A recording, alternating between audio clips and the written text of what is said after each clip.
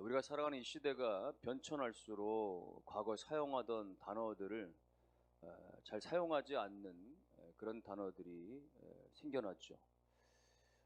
이를테면 우리가 날짜를 계수하는 하루, 이틀, 사흘, 나흘, 이런 용어들을 많이 안 씁니다. 어떤 이들은, 젊은이들은 하루, 이틀, 3일, 나흘, 이 사흘이란 단어를 잘 모르기도 하고, 그래서 3일. 뭐 그런가 하면은 상대방의 이름을 높여 부르는 존함, 성함, 이런 단어들도 좀 안 쓰기도 하고, 뭐 대바람이란 단어, 비렁뱅이, 뒤주 뭐 등등, 우리가 그 뜻들을 알지만 사실은 일상에서 별로 잘 사용하지 않기도 하죠. 그런가 하면은 이 시대 가운데 정말 많이 잊어버린 단어, 많이 사용하지 않는 말이 있다고 하면은 그것은 감사가 아닐까 싶습니다. 우리가 정말 감사하다라고 하는 표현을 너무 많이 안 하고, 또 감사하다라고 하는 말들을 잊어버리는 그런 시대인 것이죠.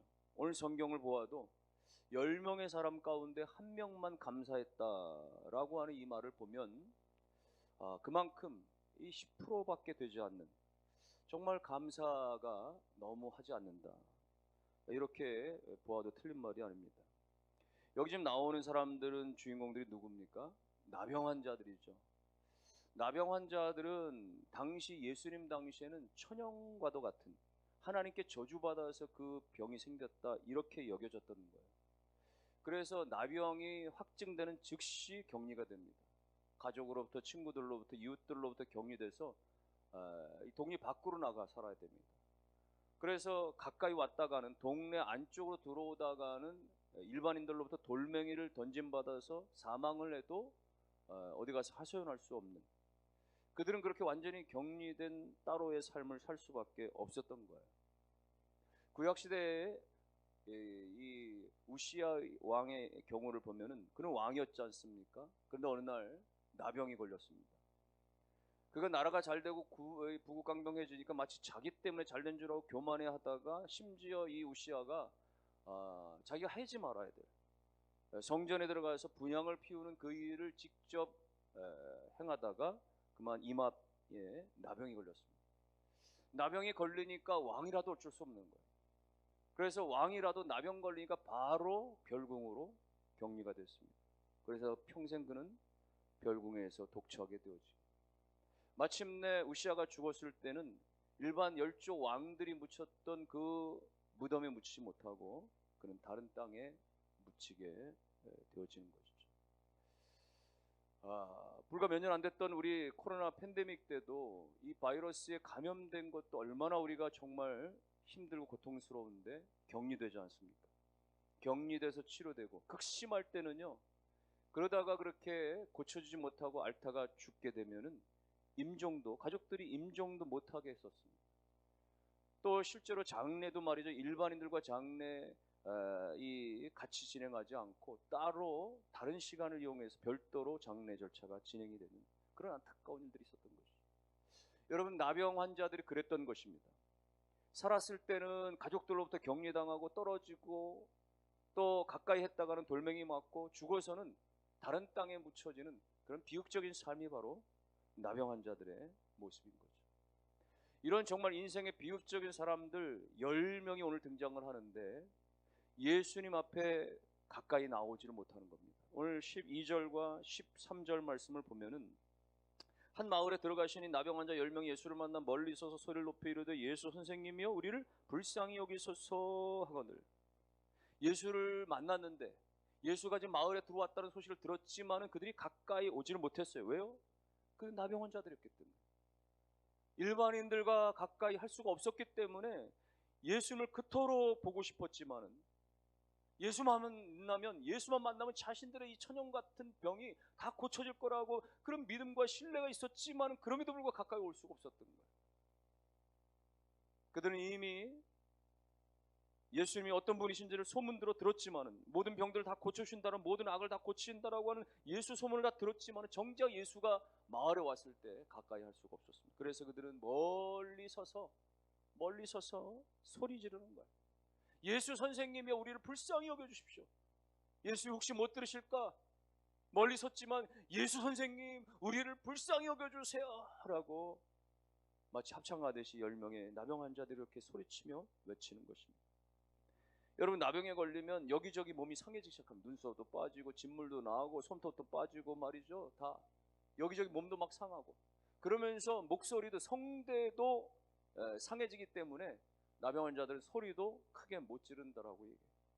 그런데 여러분, 지금 더 상할 수도 있는 것을 각오하면서까지 이들이 소리를 지르는 이유가 뭡니까? 이번 기회가 어쩌면 또다시 돌아올 수가 없는, 평생 내가 한번 만날까 못 만날까 있을까 없을까 할 만한 그야말로 유일한 기회라고 여겨졌기 때문에 이 기회를 놓치면 다시 이 은혜를 만날 수 없다라고 여겨졌기 때문에 그들은 소리질러 부르짖는 거예요. 예수 선생님 우리를 불쌍히 여겨주십시오. 여러분, 소리 지르며 주님을 찾는 것, 이것이 귀한 것입니다. 우리가 급하면 소리를 지르는 것처럼, 살려달라고 외치는 것처럼 말이죠. 우리가 때로 간절해지면, 우리가 누가 제지를 해도 말이죠, 소리가 질러지죠. 기도할 때도 말이죠, 소리가 질러지는 것입니다. 통성으로 기도하게 되어졌는데 일반 통성 기도가 어떤 사람은 막 그냥 정말 고래고래 말이죠. 정말 말이죠. 어떤 사람은 그를 조금 너무 예민하게 받아들여서, 아니 저렇게 굳이 말이죠, 소리 질러가면서 그렇게 하나님이 귀가 먹으신 것도 아닌데 말이죠, 왜 이렇게 점잖게 기도하지 못하고, 우리 장로교는 원래 저렇게 기도하면 안 되는데, 우리 장로교 정통교 이 스타일은 그냥 점잖게 하나님 앞에 거룩하게 기도해야 되는데 말이지, 옛날에 이 순복음교회에서 말이 통성기도가 잘못 들어와가지고 우리 장로 교단을 다 버려버렸다고 말이죠. 이런 얘기. 여러분, 어떻게 그렇게 얘기할 수 있어요? 예레미야서 보십시오. 예레미야 33장의 2절 말씀을 보면은, 이 일을 행하시는 여호와, 그것을 만들어 성취하시는 여호와, 그의 이름을 여호와라 하는 이가 이와 같이 이르시되, 너는 내게 부르짖으라, 내게 응답하겠고 내가 알지 못한 크고 은밀한 일을 내게 보이리라. 여러분, 누가 부르짖으라고 지금 말씀하시는 거예요? 누가 나에게 부르짖으라? 이를 행하시는 여호와, 그것을 지어 성취하시는 여호와께서 말이죠, 이를 되게 하시고 모든 것을 섭리하시는 그 하나님께서 너희는 내게 부르짖어라. 여러분, 하나님께서 우리 가운데 부르짖으라고 기도의 유형을 허락해 주신 줄 믿으시기를 바랍니다. 통성기도는 무슨 어떤 특정 교단에서 만들어낸 게 아니라 이 성경에서부터 말이죠, 하나님께서 우리로 하여금 부르짖어 기도하라고 말이죠. 물론 부르짖는 기도가 다는 아닙니다만 성경의 상당 부분에서 기도할 때 소리내어 기도할 것을 말씀하셨죠. 우리가 묵상하면서도 깊이 기도할 수 있어요.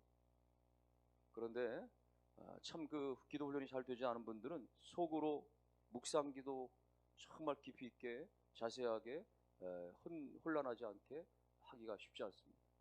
왜냐?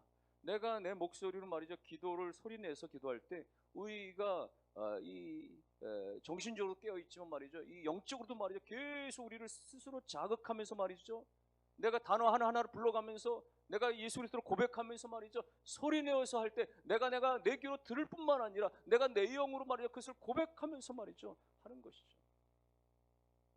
예수를 부르짖는 것 때로는 주님 우리를 도와주세요, 주님 우리를 불쌍히 여겨주세요 말이죠. 여리고성에 있었던 거지 바디메오도 마찬가지였어요. 예수님이 지나간다는 소문을 들었을 때 사람들이 제지하지만 그럼에도 불구하고 다윗의 자손 예수여 나를 불쌍히 여겨주십시오. 사람들이 거지 주제에 말이죠, 그만하라고 말이죠, 그렇게 윽박질렀지만 그럼에도 불구하고 이 기회를 놓치면 안 되니까 다윗의 자손 예수여 나를 불쌍히 여겨주십시오 말이죠. 소리 지르니까 주님이 가시던 걸음 멈춰 돌아오셔서 내가 내게 뭘 하여 주기를 원합니다. 주님 보기를 원합니다. 주님 보기를 원합니다. 내 평생 소원, 주님 보기를 원합니다. 주님께서 그를 불쌍히 여겨주셔서 그의 눈을 밝게 허락해 주신 것입니다. 여러분, 부르짖어 기도할 때 주님께서 그 간절함에 대해서 귀 기울이시고 가시던 걸음마저 돌아서서 그를 고쳐주시고 응답하시는 주님, 여러분 오늘 바디메오처럼 오늘 10명의 이 나한 자처럼 하나님 앞에 나가 부르짖는 기도가 있으시기를 주의 이름으로 축원합니다.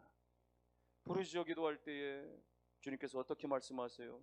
14절에 보니까 보시고 이르시되 가서 제사장들에게 너희 몸을 보이라 하셨더니 그들이 가다가 깨끗함을 받은지라. 여러분, 이 율법에는요, 나병이 걸리면 나병에 대해서 판정, 확정, 아, 나병 걸렸다, 확정하는 거, 확증해 주는 것이 바로 제사장의 역할입니다. 살다가 나병이 나왔습니다, 나았다라고 이제는 일반에게 돌아올 수 있는 그 권한을 그렇게 말이죠, 이제 또 판결해 주는 것도 역시 제사장이에요. 그래서 지금 예수님께서는 너희들이 이제 제사장에 가서 너희들의 몸을 보이라, 이렇게 말씀하셨어요. 여러분, 이렇게 말씀하실 때 이 10명의 나병 환자들이 지금 나은 상태입니까? 그렇지 않아요. 아직 그대로예요. 아직 온몸에 진물이 흐르는 그대로지만 예수님께서 제사장에 가서 너희 몸을 보이라고 하신 말씀을 그대로 신뢰해서 그들이 갔던 거예요. 순종해서 갔던 거예요. 근데 가다 보니까 가다가 길에서 그들이 나아져 버렸어요. 이것이 바로 주님 말씀에 대해서 순종함으로 나타나는 기적의 은혜인 것입니다. 여러분, 가나 혼인잔치 자리에서 포도주가 다 동이 나버렸습니다. 어찌할 바를 몰라 말이죠. 주인장이 발을 동동 구르고 있을 때 예수님께서 그 안타까운 사연을 들으시고는 하인들을 명해서 물을 떠오게 하죠. 물을 기르다가 항아리에 채우라고 말씀하세요. 다 채워진 물을 이제는 연회장에게 떠다 주라고 말합니다. 여러분, 연회장에 하인들이 떠다 줄 때 이미 그것이 포도주가 된 것이 아니에요. 아직까지 맹물입니다. 그냥 맹물이에요. 자기들이 떠온, 직접 자기들이 본 맹물입니다. 예수님께서 떠다 주라고 말씀했을 때 하인들이 그대로 순종하죠. 떠다 주었는데 떠다 주어 보니까 향이 바뀌었어요. 냄새가 바뀌었어요. 맛이, 색깔이 다 바뀌어버렸어요. 물이 변해서 포도주가 돼버린 것입니다. 예수님의 말씀에 그대로 순종하는 것, 거기에 하나님의 은혜가, 기적이 일어난 줄로 믿으시기를 주님의 이름으로 축원합니다. 베드로가 밤새도록 고기를 잡았지만 한 마리도 낚지 못했습니다.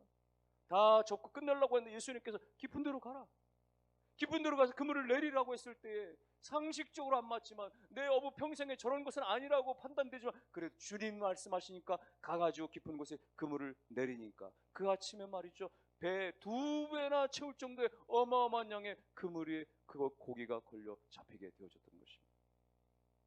예수님의 말씀에 대해서, 오늘 성경이 말씀하는 것에 대해서 여러분, 믿음을 가지시고 바라보시기를 주의 이름으로 축원합니다. 믿음이 없으면 성경을 어떻게 믿어요? 창조의 말씀 어떻게 믿어요? 여러분, 이 요단강을 건너고 홍해를 건너고 여리고가 무너지고 말이죠, 죽은 자가 살려지고 말이죠, 이 고침받는 이 놀라운 기적의 역사, 이 말씀들을 어떻게 우리가 알 수 있어요? 그런데 우리가 믿음을 가지고 하나님이 믿게 하시니까, 우리가 그 믿음을 가지고 우리가 의지할 때, 여러분, 그 믿음으로 말미암아 말씀은 살아 역사되어지고 우리 삶에 구체적으로 능력으로 나타날 줄로 믿으시기를 바랍니다. 그런데 오늘 사실 말씀의 핵심은 여기 있어요. 나병 환자들이 가던 길 고침받았잖아요. 고침받은 다음의 모습이에요. 고침받은 다음의 모습이 이렇게 표현됩니다. 15절 16절입니다. 다 같이 읽겠습니다. 15절 말씀. 그 중에 한 사람이 자기가 나은 것을 보고 큰 소리로 하나님께 영광을 돌리며 돌아와 예수의 발 아래에 엎드려 감사하니 그는 사마리아 사람이라. 10명의 나은 자들이 가다가 다 고쳐졌어요. 그들이 말이죠, 살이 썩어가던 것들이 다 순식간에 말이죠, 어린아이 피부처럼 싹 나와버렸습니다. 깨끗해졌어요. 그랬는데 9명 온데간데 없어져 버렸고, 한 사람만 하나님 감사합니다, 영광을 돌리고, 그리고 그렇게 말씀해 주신 예수님께 다시 돌아온 거예요. 그리고 예수님의 발치 앞에 엎드려가지고 감사의 표시를 드렸던 거예요. 그리고 성경 글을 가리켜서 사마리아 사람이라 이렇게 표현해요. 여러분, 사마리아 사람이 누구예요? 이스라엘 백성들이 아주 혐오하는 종족이죠. 아주 싫어하는, 같은 땅에 거하지만은 그러나 아주 마주치기, 상종을 거부하는. 왜? 사마리아 사람들을 혼혈이라고 여겼던 것이에요. 지난날 주전 722년경에 이 북쪽에 이스라엘이 멸망당할 때 말이죠, 아수르에서 멸망당할 때 아수르에 끌려간 많은 사람들이 거기에 이방인들과 그렇게 혼족을 이루면서 말이죠, 자손을 낳고, 그 혼혈 자손들이 나중에 세월이 흘러서 다시 이스라엘로 돌아와서 사마리아 땅에 거주하게 되어진 것이죠. 그래서 일반 유대인들은 너희는 정통 유대인이 아니다, 너희는 이방인들과 몸을 피를 섞었고 그렇게 혼혈이 되어졌으니 너희들은 개와 같은 존재다라고 말이죠, 그렇게 여기고 아예 마주치지 않는 거죠. 그래서 예를 들어서 예루살렘에서 북부 이 갈릴리 쪽으로 그렇게 갈 길이 있으면은 그냥 직선으로 가면 빠를 것을 말이죠. 중간에 말이 사마리아 지역이 있으니까 그거를 지나치기가, 사마리아 땅을 밟기가 싫어가지고 말이죠. 그래서 요단강을 건너서 말이죠, 우회해서 가는 말이죠, 그런 것을 선택할 정도로 아예 그냥 이 사마리아 사람들을 무시하고 왕따했던 것인데 말이죠. 놀라운 것은 10명 가운데 오히려 그렇게 무시받았던 사람, 그렇게 혐오받았던 사람, 사마리아 사람만이 주님 앞에 돌아와서 감사의 표를 드렸다는 것입니다. 예수님께서 뭐라고 말씀하세요? 18절에 이 이방인 외에는 하나님께 영광을 돌리러 돌아온 자가 없느냐. 이 이방인 외에는, 한 사람을 가리켜서 이 이방인 외에는 이렇게 표현한 것을 보아서 나머지 9명은 다 유대 출신자라는 거예요. 오히려 하나님께서 선택을 받았다라고 하는 자부하는 유대 출신자들, 그들이 그렇게 평생 나병에서 고통해서 벗어나는 놀라운 은혜를 받았음에도 불구하고 그들은 온데간데 없이 다 사라져버리고 말았어요. 감사하지 않았습니다. 하나님의 영광 돌리지 않았습니다. 다 사라져버리고 말았어요. 감사가 없는 인생이 되어버리고 말았어요. 오직 한 사람, 사마리아 사람만이 돌아와서 그렇게 감사를 드렸던 거예요. 이 사마리아 사람이 예수님께 돌아와서 대단한 걸 드렸습니까? 엄청난 걸 드렸나요? 다이아몬드 드렸나요? 향유다면 옥탑을 깨뜨렸나요? 어떤 황금 조화를 드린 거 아니잖아요. 그가 나병 환자인데다가 말이죠, 이방인데 무슨 돈이 있었겠어요? 그냥 감사했던 것이죠. 이 죽을 죄인을 살려주신 것에 대해서, 고쳐주신 것에 대해서 너무나 감사했던 것이죠. 그냥 돌아설 수가 없었던 것이죠. 그래서 예수 앞에 나와서 엎드린 것입니다. 그냥 감사의 표를 드린 거예요. 주님께서 뭐라고 말씀하세요? 10사람이 다 고침받았는데 그 9은 어디 있느냐? 10명이 다 하나님의 은혜를 받았는데 9명은 어디 갔느냐라고 주님께서 말이죠, 간접적으로 그 9명을 책망하고 계시는 거예요. 똑같이 은혜 받았는데 왜 한 사람만 감사하느냐? 감사하는 사람에게는 내가 그 믿음대로 구원을 받았다라고 하는 말이에요. 고침만 받은 게 아니라 9명은 그냥 고침만 받았는지 모르지만 이 한 명의 사마리아 사람은 감사하는 그에게 말이죠, 내가 구원을 받았느냐, 구원까지 선포해 주시는 은혜를 베풀어 주시면서 상대적으로 9명은 어디 갔느냐 말이죠. 감사가 없는 인생들에 대해서 책망하시는 것입니다. 오늘 여러분들은 이 9명의 감사가 없는 사람들 가운데 속해 있습니까? 아니, 한 사람과 같이 주님 나를 불쌍히 여기시니 감사합니다, 주님 앞에 감사를 잊지 않는 한 사람에 속해 있습니까? 받은 것에 대해서 감사하는 인생입니까? 없는 것에 대해서 불평하는 인생입니까? 여러분, 감사라고 하는 것과 불평이라고 하는 것은 지극히 아주 작은 차이에 불과하죠. 감사에서 불평으로 넘어가고 불평에서 감사로 넘어가는 너무나 아주 작은 데 있을 수 있어요. 어떻게 보면 생각하기 나름일 수도 있는 것이죠. 우리가 그 상황에 대해서, 환경에 대해서, 여건에서 어떻게 생각하느냐에 대한 차이일 수 있죠. 그런 이야기가 있잖아요. 한 마을에 두 아들을 둔 어머니가 살고 있었는데 한 아들은 우산을 팔고 한 아들은 집신을 파는데 이 어머니는 늘 그냥 걱정과 시름 가운데 산다는 거예요. 비가 오는 날은 집신을 파는 아들이 장사가 안 되니 속상해 죽겠고, 날이 맑은 날은 우산 장사 아들이 장사가 안 돼서 말이죠, 엄마는 날마다 그것이 걱정되고 말이죠, 그렇게 우울하게 살았다는. 그런 날 어느 날 한 이웃집 사람이 와가지고 이야기하기를, 반대로 생각해 보십시오. 날이 좋은 날은 집신 장사들이 장사가 잘 되니까 기뻐하시고, 비가 오는 날은 우산 장사들이 잘 돼서 돈 많이 버니까 그래서 기뻐하면 되지 않습니까? 생각해보면 맞는 거예요. 그래서 그때부터 비가 올 때도 감사하고, 날이 맑을 때도 감사했다. 여러분, 오늘 우리가 그럼에도 불구하고 이렇게 돼도 감사하고 저렇게 돼도 감사하고 모든 것은 하나님의 은혜라고 감사가 있기를 주의 이름으로 축원합니다. 감사와 불평은 함께 할 수 없는 거예요. 감사를 하면 할수록 불평이 떠나가요. 우리가 입술에 감사를 자꾸 하면 할수록 내 입술에서 불평이 떠나갑니다. 그런데 불평을 하면 할수록 우리 안에서 감사가 없어져 버리는 거예요. 그래서 여러분, 행복은 감사의 문으로 들어오고 행복은 반대로 불평의 문으로 빠져나간다, 이렇게 말하는 거예요. 우리가 감사하면 감사할수록 그 감사로 말미암아 행복함이 들어오는데, 불평은 불평할수록 여러분 이 행복이 다 떠나가고 사라져 버린다는 말이죠. 사랑하는 성도 여러분들이요, 끊임없이 하나님 앞에 감사할 수 있기를 주의 이름으로 축원합니다. 어떤 분들은 그럴 수 있어요. 그런데 감사할 게 있어야 감사하죠. 제 형편을 주님 목사님 아시나요? 제가 사는 게 아닙니다. 너무 죽겠습니다. 도무지 감사할 거리가 없어요 라고 말할지 몰라요.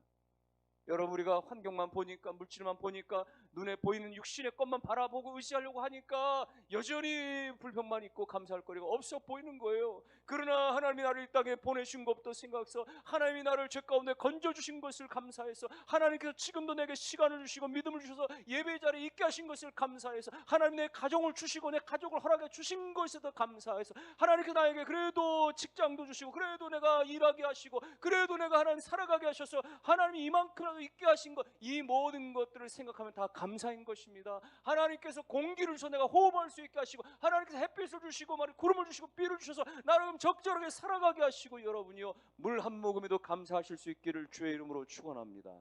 병원에 가보세요. 물 한 모금 자기가 입에 못 넣어서 말이죠, 누군가가 스푼으로 겨우 떠넣어줘야 겨우 생명을 유지하는 사람이 있어요. 우리가 호흡하는 거 감사할 수 있어야 됩니다. 병원에 가보세요. 자가호흡이 안 돼가지고 말이죠, 산소호흡기를 대야만 겨우 말이죠 연명하는 사람들이 얼마나 많은지 몰라요. 여러분이 우리의 호흡으로 숨을 쉴 수 있다는 거, 여러분이요, 오늘 우리가 두 발로서 이렇게 움직일 수 있다고 하는 거, 여러분이요, 오늘 우리가 그렇게 시간을 가지고 하나님에 나아갈 수 있다고 하는 거, 모든 것이 다 하나님의 은혜인 줄로 믿으시기를 주의 이름으로 축원합니다. 그러므로 하나님의 계획과 섭리를 믿으면서, 여러분, 내가 때로는 성공하는 것도, 그러나 실패하는 것도 다 하나님 안의 계획에 있습니다. 하나님의 섭리 안에 있으니 우리가 좌절 절망하지 아니하고 하나님의 뜻에 맡기면서 하나님을 의지하면서 살아가는 것이죠. 여러분, 인생 살아오면서 우리가 계획해가지고, 우리가 계산해가지고, 우리가 여러 가지 잣대를 대가지고 우리의 생각도 된 것들이 얼마나 있어요. 내가 이렇게 공부하고 내가 이렇게 도전하면 이렇게 되어진다라고, 여러분, 우리의 계산대로 되어진 것들이 얼마나 있습니까? 사실은 없는 것이 너무 많아요. 안 되는 것이 너무 많은 거예요. 그래서 그런 이야기 있어요. 어떤 청년이 군대 가기 너무 싫어가지고 날마다 악몽을 꾸는 거예요. 군대 가면 얼차려 받을 것 같고 말이죠, 막 그냥 힘들 것 같고 말이죠, 훈련이 힘들 것. 그래서 어떻게 하면 군대를 안 갈까 고민하다 그런 계획을 세웠대요.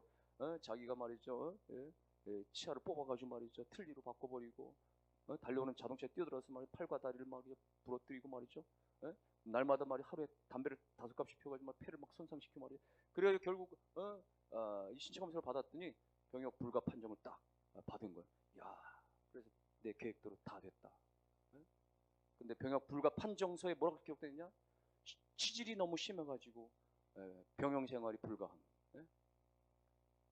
여러분, 내 생각은 이거였는데, 이렇게 하면 될 줄 알았는데, 그런데 결과는 그게 아니었던 것이죠.